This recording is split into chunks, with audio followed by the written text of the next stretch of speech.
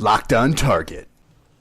Hey crew, this is your boy Captain Chris, and today we are going to be playing Chasms.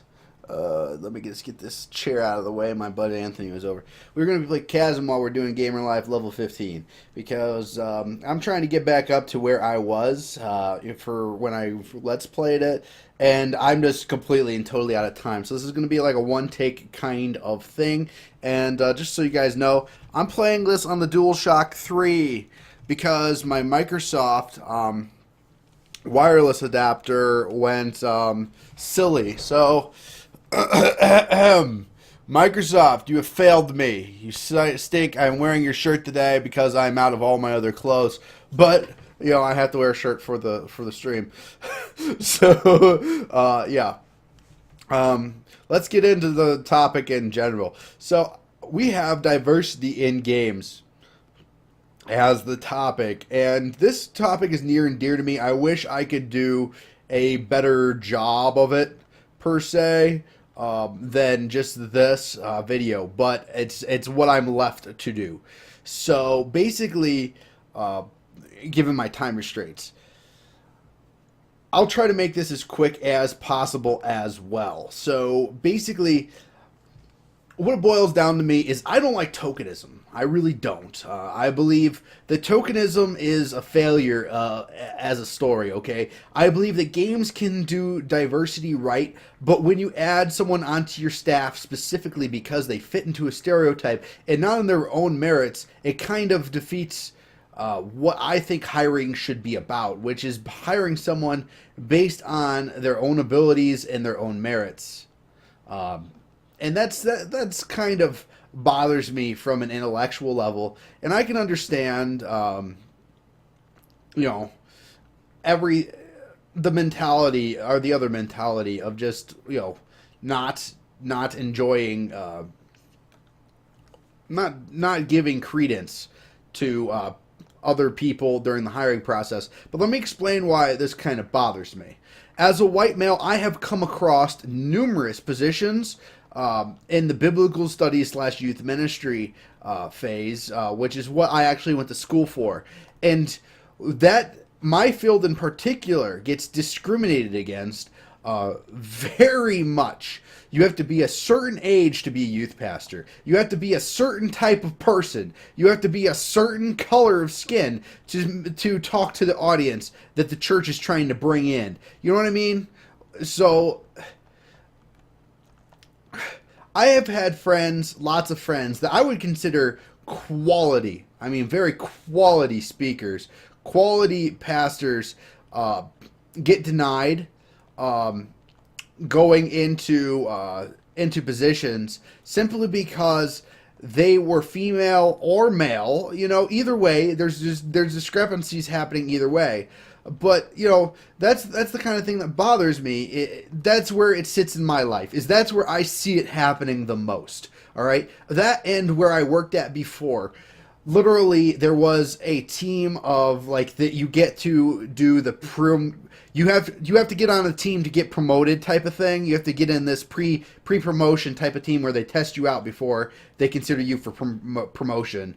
And if you were a female, okay, you get kicked off this team if you did not go on dates with the boss and perform for him, to say the least. All right, so that was a real thing. That I witnessed. I witnessed my friends lose opportunities in the workplace because they would not do something, and an HR manager actually stood up for these people, okay, and got fired over it.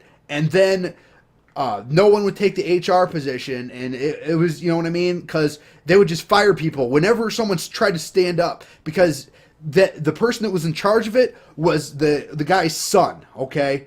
And again, that's why I try to keep my work background, kind of secret, because I don't want to get these people in super trouble. But these are the things I have witnessed, okay? These aren't rumors. These aren't whatever. These are just real discrepancies that happen in the workplace.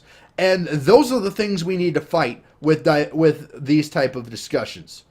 Those are unacceptable, okay? Those types of instances of discretion.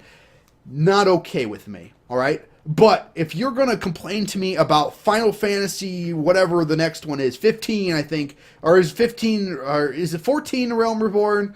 Whatever the next one is that's coming out in like May of next year, 15, I think, having all guy cast and all in black with all this emo hair and whatnot, I don't care, you know, like whatever. If they want to tell a story that is their own story and it makes sense in the story, you know, that there's not just like this random one girl or, you know, Barrett, for lack of a better word, you know, just randomly there. Sorry, I'm just trying to see if this is new for my other stream. Nope. I'm trying to play to the point where, again, that I catch up to where I was on my other computer. So, yeah. Because I really want to be doing Chasm Let's Plays again. But I've just been so disheartened by my controller falling apart that I haven't been doing games that require controllers. But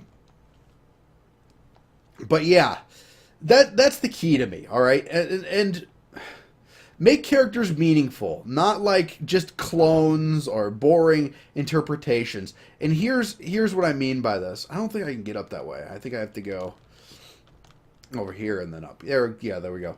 Here's what I mean by this. Barrett was a very interesting character, but he was full of stereotypes, okay, in Final Fantasy VII. Tifa was just boobs, okay? And that, don't lose the fear, and I were having this discussion a little bit when we talked earlier this week about, like, oh gosh, and of course now I'm forgetting the Final Fantasy VI female's protagonist name. Okay, I'll stick to what I know more closely, which is the Tales of series. Ment, really strong protagonist. Estelle, really strong protagonist. Oh, I got my magic knife. Colette, super strong protagonist. I mean, these are people that define what I believe is are good protagonists in gaming. I would say even Sheena. I would say, I would say Final. Actually, JRPGs in general aren't afraid to put women in positive roles and like roles of military leadership. I mean, like if you look at like Attack on Titan, and that's more anime. But you know, like there's levels of just abilities of like I believe Japan is in a better place than us at embracing diversity, not for a diversity's sake, but for a good reason. Because there's actually like story arcs. I would say that how we succeed right now is more in the MMO community and as Western developers. Actually, the game I'm going to reference is actually a Korean developed game, but ironically, so I've actually I can't come up with an example of like a Western developed game that actually showcases female or even minority.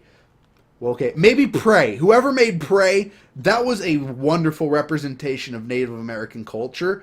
But I didn't play it because, oh, I'm a fan of what's Native American. I played it because, oh my gosh, that was a freaking sweet game about aliens abducting your tribe and you having to go and fight and use animal spirit powers to like take over, and fight these alien invaders. It was pretty sweet. That's a game where I cared about the protagonist, not because of he's a minority, but because of what was going on and what he had to face, So here's the example I wanted to bring up the whole time, okay? You guys know by now, at least some of you, that I'm a huge Guild Wars buff, okay? So a lot of you are getting into Guild Wars 2, so you might not know about Guild Wars 1 that much, but I'll just show you the level of depth of character development in Guild Wars 1 of one of the hero characters that followed you around. All right, so in Guild Wars 1, there are two races going to war against each other: the Char and the humans. The humans kicked the Char out about 500 years before this war. They drove the Char out of their homelands. Okay, so the humans settled in the Char homelands. The Char have become highly militaristic and have followed a religious cult. They have declared a religious war on the humans, and then basically. Geez, bats are the bane of me in this game. But they have gone back to war, and to kind of surprise the humans, they basically create an A-bomb, a magical A-bomb called the Faux Fire. Okay, the Faux Fire goes and destroys the peaceful kingdom. Well, not necessarily peaceful, but the at-peace kingdom of Ascalon, breaking the peace treaty. Okay. Of like 40 years or so. And during this A-bomb explosion, lots of things happen, and that sets off the first events of Guild Wars 1 prophecies. Alright? Now, Guild Wars Eye of the North picks up 15 years after the events of prophecies. Okay? To put things in perspective, Guild Wars 2 starts off 400 years after the events of prophecies. Guild Wars Eye of the North has you meet a character that is the leader of the Ebon Vanguard called Gwen. Gwen is a female mesmer. And oh my gosh, is her story powerful. And sorry, I'm just going to stop playing here just to kind of recount this a little bit. So, as a little girl, her parents were murdered in the Faux Fire, protecting her, okay? She, as a little girl, had to scavenge for food in a conquered kingdom. Eventually, she's caught. She's turned into a slave by the Char, who hate all humans. Has to endure abuse, physical abuse, mental abuse.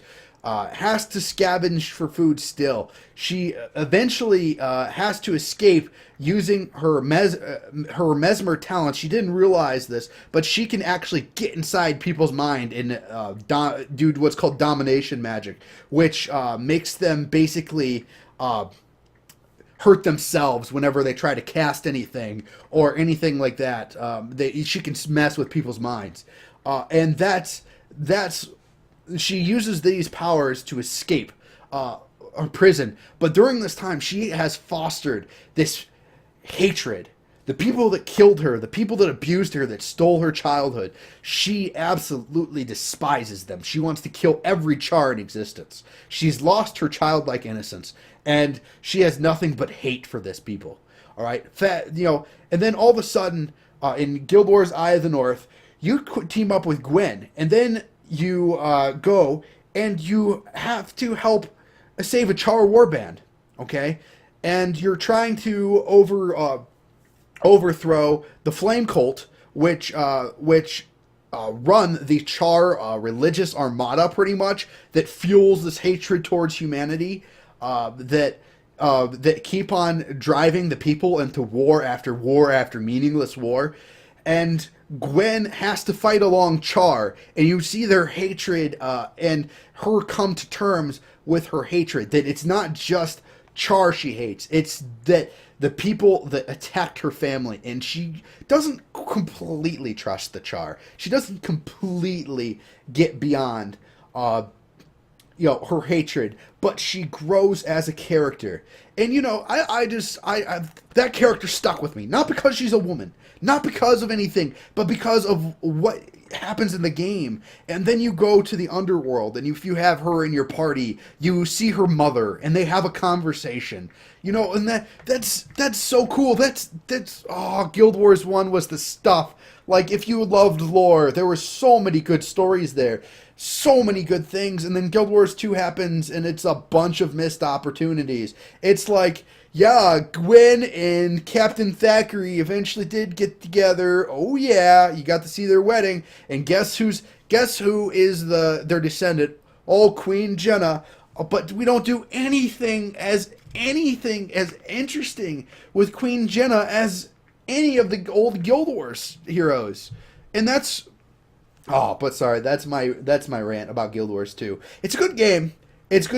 Just nowhere near the level of polish and storytelling that Guild Wars 1 had. That's another rant for another day. Let's get back on diversity. All right. So Gwen, she's a woman. I don't care. She ranks up there as one of the strongest and most interesting characters that I've run across in an RPG in a long time. Okay, well developed. Well, you feel for her plight. You learn about it, and the fact that she grew to this hatred and used hatred to kind of gain this dark powers, you know what I mean? But she uses them for good, and she's like this leader of the people and all sorts of things. It's just highly interesting to me.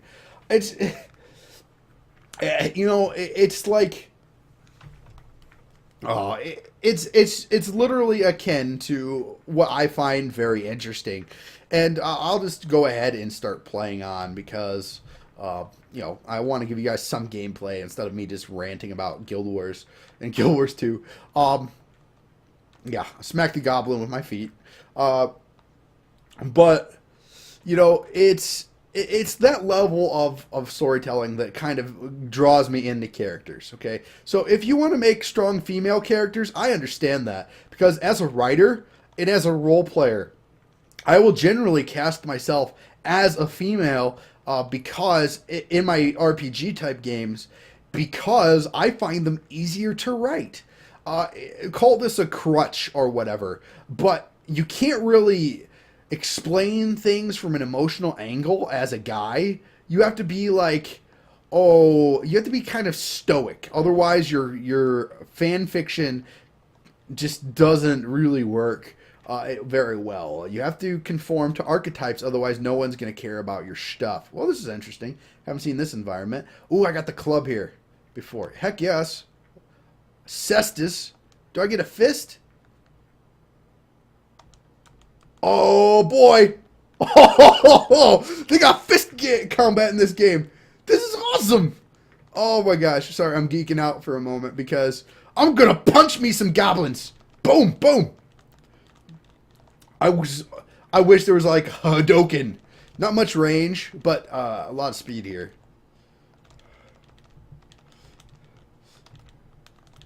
All right. I have to play with a bit more skill here. I wonder if this changes my stats another way. Did I get a double jump or anything? Sorry. Just trying to see if I can do the downward tilt. Oh, well.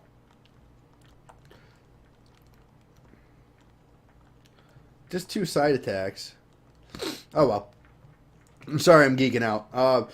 But because I got a new weapon, and I'm like, I've never seen it. I didn't even know this game had these types of things, but I don't know much about this game in general, so of course I'll geek out over things.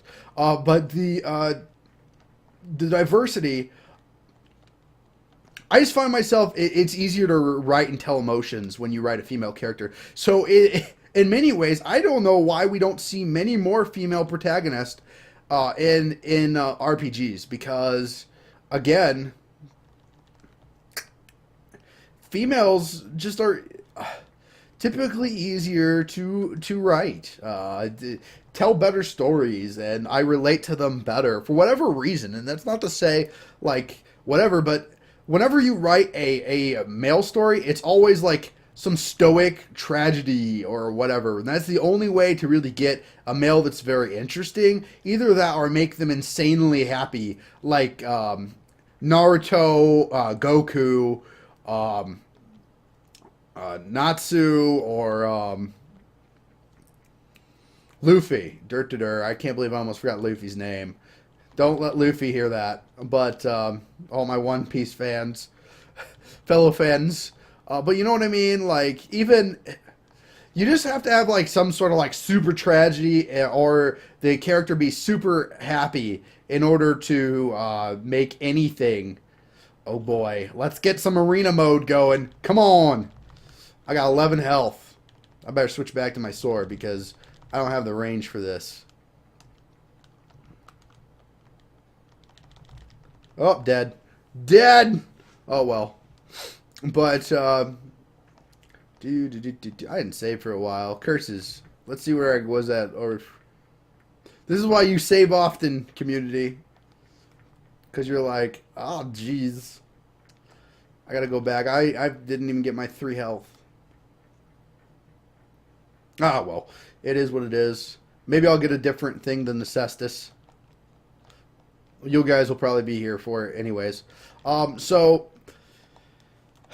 I just find diversity for the sake of diversity is just fail. All right. But if diversity for a reason, like if you want to tell a narrative or write a character for and give like a reason for that person, like in order like an interesting tale I could see an RPG weave or even an FPS game weave is like a mother goes to war to protect the future for her children. You know what I mean? Like that's yeah, that's sexist as all get out, but I can relate to that character. Okay, that type of thing. Or like that's a motivation that I can get behind. That's universal. All right. So I don't know. See, I want more diversity in games, but the tokenism that's showing up right now isn't helping games' case. Okay, I understand that it's progress. We haven't had many African American protagonists. I can't even think of a game where there's like been an either a Mexican protagonist.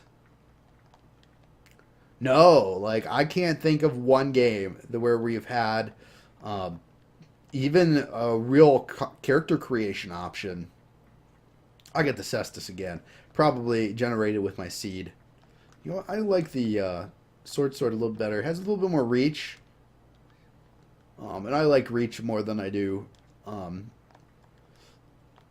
attack speed necessarily. I miss my club.